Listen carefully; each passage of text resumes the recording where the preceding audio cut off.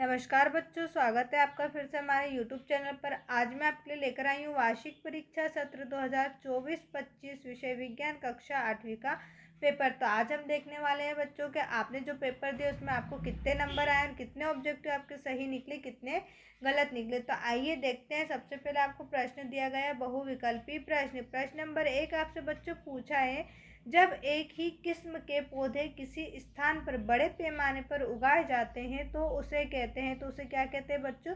फसल कहते हैं। प्रश्न नंबर 2 आपसे पूछे, आग बुझाने हेतु उपयोग में लाया जाता है, तो आपका उत्तर क्या हो जाएगा? ए, अग्निशामक यंत्र उपयोग में लाया जाता है। प्रश्न नंबर 3 बच्चों आपसे पूछे, बाघ परियोजना द्वारा संरक्षित प्राणी है, तो बाघ परियोजना द्वारा संरक्षित प्राणी क्या है? बी आंसर आपका हो जाएगा बाघ है। प्रश्न नंबर 4 आपसे पूछा, वे पदार्थ जो अपने से होकर धारा प्रवाहित होने देते हैं कहलाते हैं, तो क्या कहलाते हैं? सुचालक। सुचालक कहलाते हैं। प्रश्न नंबर 5, कोई वस्तु आवेशित है या नहीं, इसकी पहचान के लिए किसका उपयोग किया जाता है? तो आपका उत्तर हो जाएगा विद्युतदर्शी। कोई वस्तु आवेशित है या नहीं, इसकी पहचान के लिए विद्युतदर्शी का उपयोग में लाया जाता है। नेक्स्ट पेपर के लिए बच्चों आप हमारे यूट्यूब चैनल से जुड़े रहें, चैनल को सब्सक्राइब ज़रूर करें, साथ ही साथ वीडियो को लाइक भी करें और कमेंट करके ज़रूर बताएं कि आपके कितने क्वेश्चन आंसर सही रहे और कितने आपके गलत रहे। बढ़ते अपने अगले प्रश्न की ओर, जहां आपसे पूछा गया है रिक्त स्थान। वीडियो को शुरू से अंत तक ज़रूर देखें बच्चों, क्योंकि इसी में मैं आपको पूरा पेपर बताने वाली हूँ। सभी के आंसर इसी पेपर में मैं आपको इसी वीडियो में बताने वाली हूँ। तो नेक्स्ट प्रश्न आपसे पूछा गया, अगला प्रश्न है, जून से सितंबर माह तक फसल की बुआई की जाती है, तो आपका उत्तर हो जाएगा बच्चों खरीफ की फसल। किसकी फसल बोई जाती है? खरीफ की फसल बुआई जाती है। प्रश्न नंबर 7 पूछा है आपसे, सूर्य का प्रकाश प्राकृतिक संसाधन है, तो आपका उत्तर हो जाएगा बच्चों अक्षय। अक्षय प्राकृतिक संसाधन है।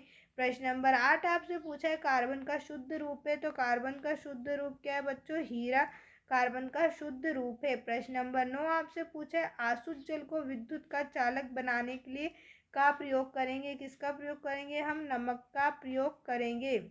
प्रश्न नंबर 10 आपसे पूछा है, भूकंप संभावित क्षेत्र को कहते हैं, तो भूकंप संभावित क्षेत्र को क्या कहते हैं बच्चों? भ्रंश क्षेत्र कहते हैं। बढ़ते हैं अपने अगले प्रश्न की ओर, जहां बच्चों आपसे प्रश्न नंबर 11 में पूछा है, अति लघु उत्तरीय प्रश्न पूछे हैं और प्रत्येक प्रश्न के लिए 2 अंक निर्धारित है। इसी प्रकार आपसे फिर लघु उत्तरीय प्रश्न पूछे हैं जिनके लिए 3 अंक निर्धारित है। उसके बाद हम बढ़ते हैं, तो आपसे पूछा है दीर्घ उत्तरीय प्रश्न, प्रत्येक के लिए 5 अंक निर्धारित है।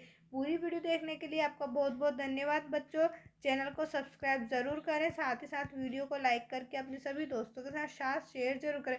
यदि आप इन सभी प्रश्न के उत्तर चाहते हैं तो आप हमारे टेलीग्राम चैनल को ज्वाइन कर सकते हैं बच्चों, जिसकी लिंक मैं नीचे डिस्क्रिप्शन में दे रही हूँ, जहाँ से आप इस पूरे पेपर की PDF डाउनलोड कर सकते हैं आंसर सहित। देखने के लिए आपका बहुत बहुत धन्यवाद। Thanks for watching.